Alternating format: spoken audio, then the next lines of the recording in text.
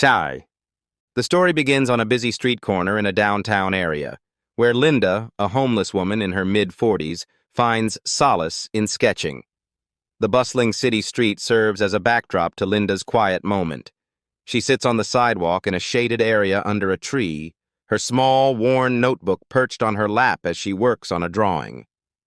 Her hands move gracefully, though they are weathered from the hardships of life on the streets.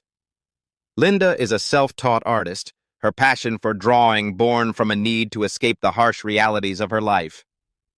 Her talent is evident in the careful lines and intricate shading of the artwork she produces. However, despite the skill displayed in her drawings, she is often ignored by society. The passerby hardly notice her or the beauty of the sketches she produces, their attention focused solely on the outward appearance of her life, homeless, struggling, forgotten. Linda's drawings are a quiet rebellion against the circumstances life has imposed on her, but they remain unseen and unappreciated. As she draws, a group of teenagers passes by.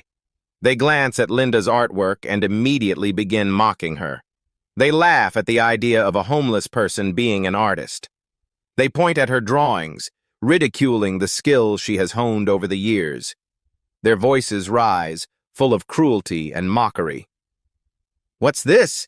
An old street artist? I can't believe she thinks she's good enough to draw," one teen sneers.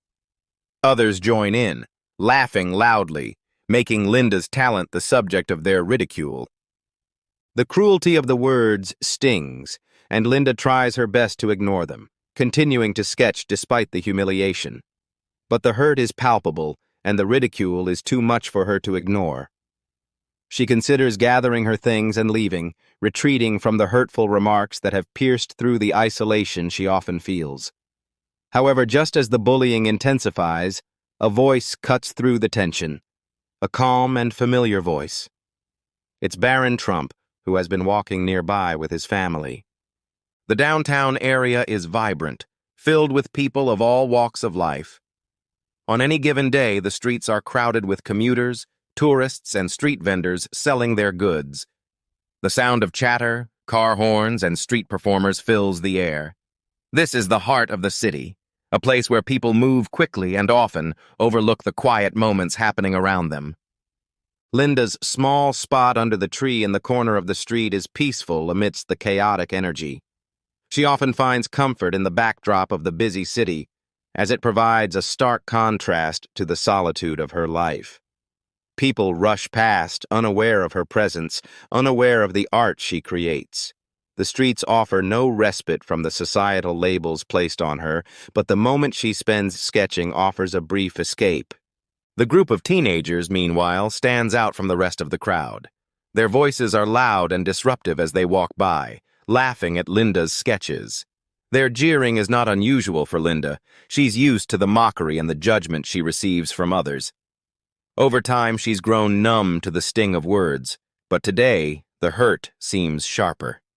The teens' mocking has drawn the attention of a few passers-by, some of whom glance at Linda sympathetically but quickly avert their eyes, unwilling to intervene.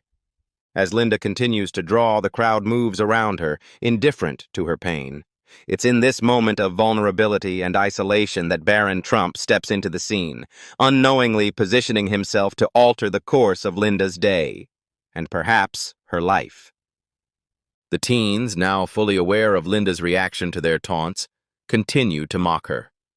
Their laughter grows louder, and their words become more cutting. They refer to her as an old street artist, undermining her years of experience and skill. "Who would pay for anything you draw?" one of them jeers.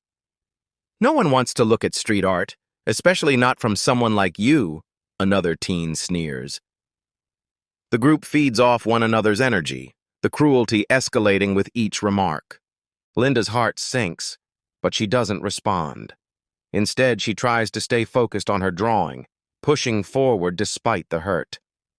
The anger and frustration she feels build up inside her, but she knows from years of experience that reacting to people like this will only fuel their fire. She's long since stopped trying to explain herself to the world. As the teens continue their taunts, Linda begins to collect her things, contemplating whether it's worth staying in a place where she's made to feel so small. She's tired of being overlooked and mocked. Her pride as an artist and as a person is bruised, but she knows leaving isn't the answer. The world has taught her to survive, not to be seen. And then, just as Linda's about to leave, a calm voice interrupts the chaos. Barron Trump, having watched the scene unfold, steps forward, his presence cutting through the tension. The teenagers, distracted by their taunts, don't immediately recognize him. Barron's entrance into the situation signals a shift. What was once a moment of bullying is now about to be turned on its head. Barron Trump, walking with his family, has been watching the interaction from a distance. As soon as he hears the taunts and sees the disrespect being directed at Linda, he stops in his tracks. Without hesitation, he walks toward the group of teenagers and the homeless woman, his presence commanding attention. The teens, still laughing, don't initially realize who is walking toward them. As Barron approaches, he addresses the group with quiet authority, his tone firm but calm. "You shouldn't mock people for their passion," he says. The words hit the teens like a sudden blow, and they fall silent, unsure of how to react. Barron's voice is steady, and there's a quiet power in the way he speaks. He continues, pointing to Linda's drawings with respect. "This woman has talent," Barron says. "What you're doing isn't just disrespectful, it's ignorant. She has every right to be here, just like anyone else, doing what she loves." The teens stand there, unsure of how to respond. The laughter dies down, replaced by an awkward silence. They're not used to being called out in this way, especially not by someone as prominent as Barron. Some of the teens start to shift uncomfortably, no longer laughing, their bravado slowly dissipating in the face of Barron's calm intervention. Barron doesn't stop at addressing the teens. He takes a moment to truly recognize Linda's art, appreciating her talent for what it is. "You have a gift," he says, turning to Linda with a soft smile. "This is beautiful work. Keep creating." Linda, who had been bracing for the worst, now looks up at Barron, stunned by the sudden shift in the energy around her. Her heart lifts as she hears someone, especially someone with such influence, acknowledging her work. Barron's words are validating in a way she hadn't expected, and they make her feel seen for the first time in a long while. The teens, now visibly uncomfortable, begin to walk away, their earlier mockery silenced by Barron's words. The power of Barron's praise for Linda's art reverberates beyond just the group of teenagers. Others nearby who had been silent observers begin to gather around Linda. Some offer kind words, admiring her work and expressing how impressed they are by her skill. Barron's praise not only gives Linda the recognition she deserves, but also leaves a lasting impact on those who witnessed the exchange. His intervention shows that kindness, respect, and recognition can change the way a person feels about themselves, even when they are used to being overlooked. The teenagers, initially caught off guard by Barron's words, start to feel a change in the atmosphere around them. They were expecting mockery to be met with approval, and the playful teasing of Linda to be laughed off by others. But Barron's calm yet firm intervention had thrown them off balance. They were used to bullying and getting away with it, especially in front of a crowd. But now they are uncertain. For a brief moment, they look around, exchanging glances. The defiant attitude they once had seems to fade as the weight of Barron's words sinks in. They shift from dismissive laughter to awkward silence, unsure of how to react. One of the teens, clearly the leader of the group, looks down at Linda's drawings. His expression softens as he notices the delicate details and the thoughtfulness of her work. For a moment he pauses, examining the sketches closely, and a flicker of recognition passes over his face. The other teens follow suit, glancing at the artwork with a new sense of curiosity. The mocking tone they had used earlier is replaced by an uncomfortable stillness. The leader, now less confident in his mockery, glances over at his friends and then looks back at Barron, as if searching for the next words to say. There's a noticeable shift in the group's energy. Their laughter has stopped, and the air feels heavy with the realization that what they had done wasn't funny. It was hurtful. One of the quieter teens, who had been mostly silent during the exchange, mumbles an apology. "Sorry," he says, though his voice is uncertain. The words feel somewhat forced, but they mark the beginning of a shift in their understanding. Not all of them are completely apologetic yet, but the recognition of Linda's talent has begun to take hold. For the first time, the teens begin to view the situation from a different perspective. The snide remarks they made earlier seem cruel in comparison to Barron's measured praise of Linda's work.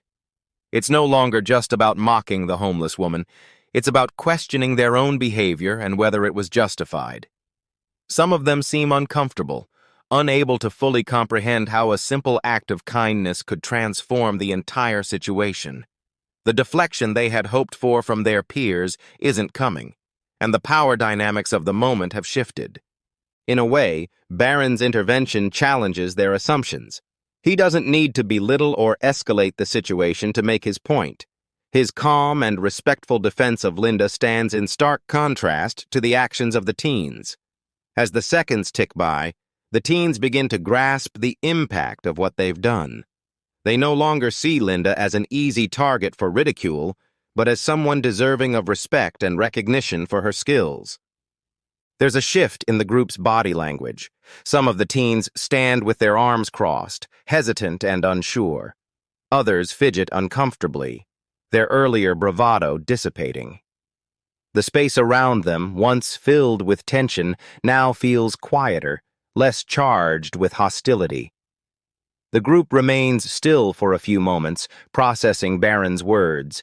They may not have fully understood the impact of their actions, but they now realize that their behavior is being scrutinized, not just by Barron, but by the other onlookers who are quietly observing the exchange. Barron's words resonate in the space long after he has spoken them. The teens' responses, while subdued, reflect a deeper acknowledgement of the gravity of their actions. The atmosphere has shifted from one of mockery and cruelty to one of contemplation and uncertainty. There's a quiet realization that they have been called out for their behavior and that the usual response of deflection and avoidance is no longer an option. The teens are no longer in control of the narrative. They are now, for the first time, in a position of vulnerability. The dynamic of the interaction has shifted. The once dismissive group is now unsure of themselves.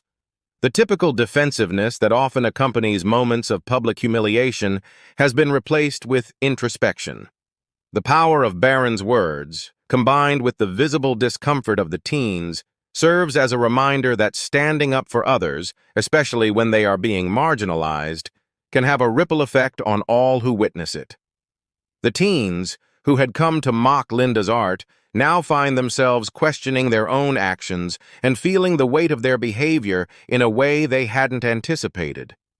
In this moment, Barron has not only protected Linda's dignity, but also forced the teens to confront their own behavior and reflect on how they treat others. His intervention, though brief, leaves an indelible impact, changing the course of the interaction in a way no one expected. The silence that follows Barron's words speaks volumes about the power of empathy and the quiet strength that comes from standing up for what is right. As Barron Trump's words hang in the air, a profound shift takes place within Linda. She had been accustomed to the silent rejection of society, the invisibility that comes with being homeless. People had long ceased to acknowledge her existence, let alone the talent she had cultivated over the years.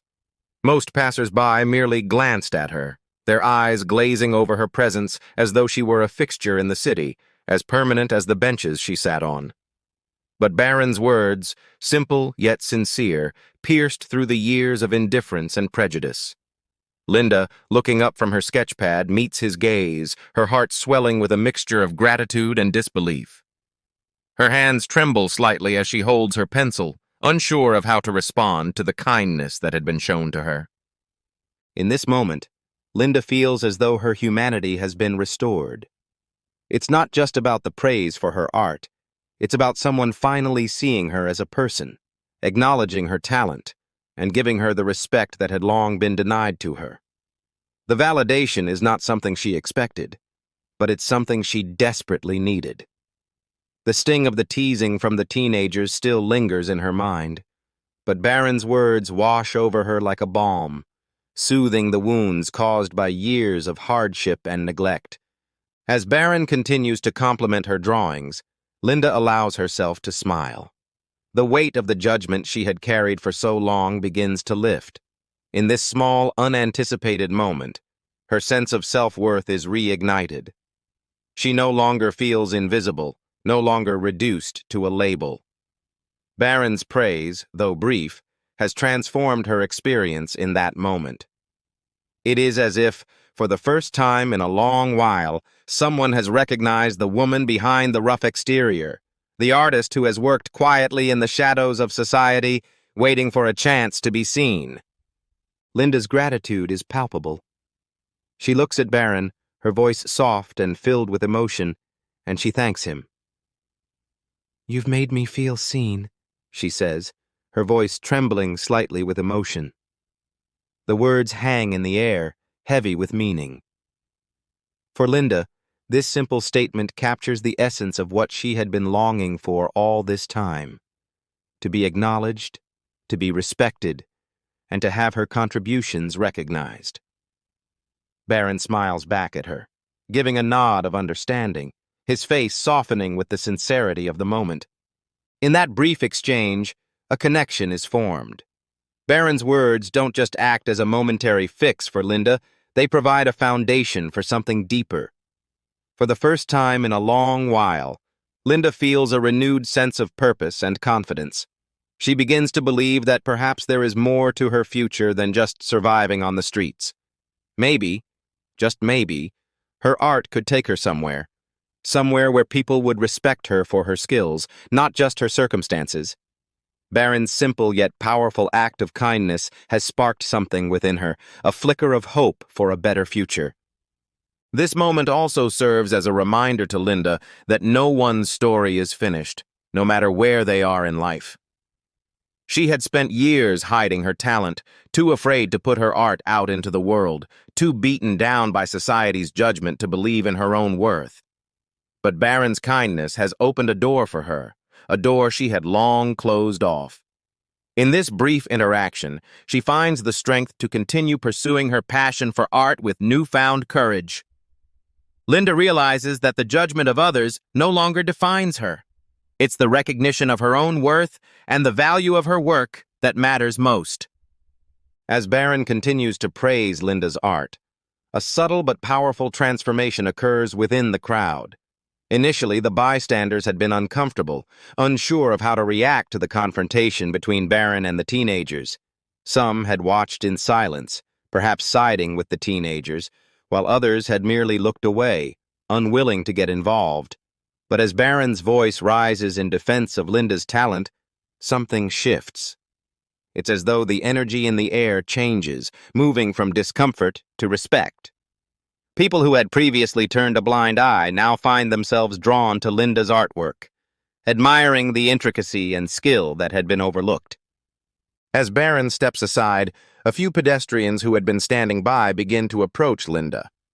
Some express their appreciation for the beauty of her sketches, complimenting her for the creativity that shines through in each line.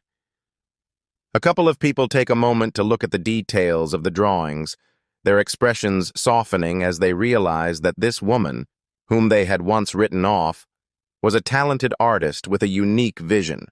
The energy that had been filled with judgment and mockery now shifts into something more supportive, something more positive.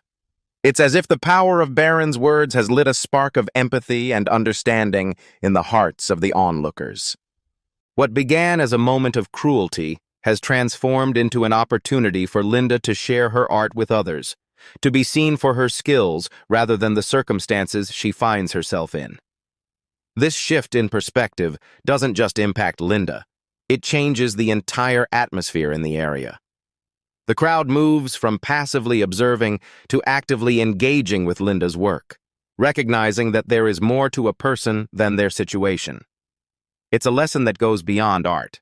It's about seeing people as they truly are, not defined by the labels that society places on them. The effect of Barron's intervention doesn't stop with just a few kind words. It ripples out into the larger community, creating a ripple effect of respect and appreciation. People who might have once walked past Linda without a second glance now take a moment to acknowledge her. Some compliment her art, while others simply stop and chat, showing genuine interest in who she is and what she does. The scene, once filled with mockery and judgment, now reflects a sense of shared humanity. In this small corner of the city, Barron's simple act of standing up for Linda has made a world of difference, not only for her, but for everyone around her. Linda's transformation is mirrored in the shift of the crowd. As more people approach her with respect and appreciation, she finds herself opening up in ways she never thought possible. She feels emboldened, her confidence building as the validation she has so longed for continues to pour in. For the first time, she feels like her art truly matters, that it can make a difference in the world. This newfound respect, both from Barron and the people who now gather around her, is a turning point in Linda's life, one that will stay with her long after the crowd has dispersed. Barron's actions have not only given Linda a moment of recognition, but they have also sparked a wider wave of positive energy. Those who witnessed the interaction, whether they were familiar with Linda's art or not, are now inspired by the power of his intervention. Barron, though still young, shows a level of maturity and empathy that speaks volumes. His willingness to stand up for a stranger, someone he had no obligation to help, demonstrates the power of using one's voice to make a difference. Barron's calm yet firm words have had a lasting impact on everyone present, turning what could have been an ugly moment into one of growth and change.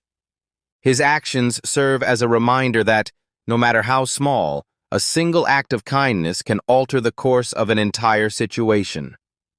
Barron's influence goes beyond just helping Linda in that moment. It changes the trajectory of the crowd's collective attitude. People who might have felt uncomfortable standing up in a similar situation now feel emboldened. Barron's intervention has given them the courage to act with compassion, to stand up for what is right, and to see the value in others, even when society has overlooked them. For Barron, the act of standing up for Linda is not about seeking attention or praise. It's about doing what is right. His words reflect a deep understanding of the importance of kindness and empathy in shaping the world around us. Barron's quiet leadership in that moment becomes a beacon for others, showing that sometimes the most powerful change starts with a single voice. He demonstrates that using one's influence for good doesn't require fanfare or recognition. It just requires the willingness to do what's right. Linda, who has spent so much of her life feeling invisible and dismissed, now feels seen. Barron's intervention has not only given her the confidence to continue pursuing her passion, but also reaffirmed her belief in the goodness of people. She begins to understand that, despite her circumstances, she is worthy of respect and appreciation. Barron's words, simple as they may have seemed, have created a ripple effect that has touched Linda's heart, as well as the hearts of everyone who witnessed the event. As the crowd begins to disperse and the street returns to its usual rhythm, Linda is left with a profound sense of gratitude. The kindness shown to her that day, first by the teenager's sudden shift in behavior and then by Barron's firm support, has made all the difference. She feels more empowered than she has in a long time. Her heart swells with emotion as she looks around at the people who now regard her with respect. For the first time, she feels like her art can take her somewhere, that there are people out there who care about her work and who see her for who she truly is. Linda takes a deep breath and smiles. It's not just the praise for her art that has moved her, though that is certainly significant. It's the realization that kindness can change everything. A single moment of intervention, a single act of empathy can open doors to new possibilities. As Linda gathers her things and begins to pack up her drawing materials, she feels a renewed sense of hope for her future. She has always known that her art had potential, but now, with the support of Barron and the kindness of the onlookers, she believes that her art could actually change lives. Not just her own, but the lives of others as well. Barron's quiet but powerful actions that day will resonate with Linda for a long time. She will carry the memory of that moment with her, a reminder that kindness is not just about grand gestures. It's about the everyday decisions to lift someone up, to offer them dignity, and to make them feel seen. And as she continues to pursue her art, Linda knows that her journey is only just beginning, that the world is waiting for her work, and that there is always hope, even in the most unexpected moments.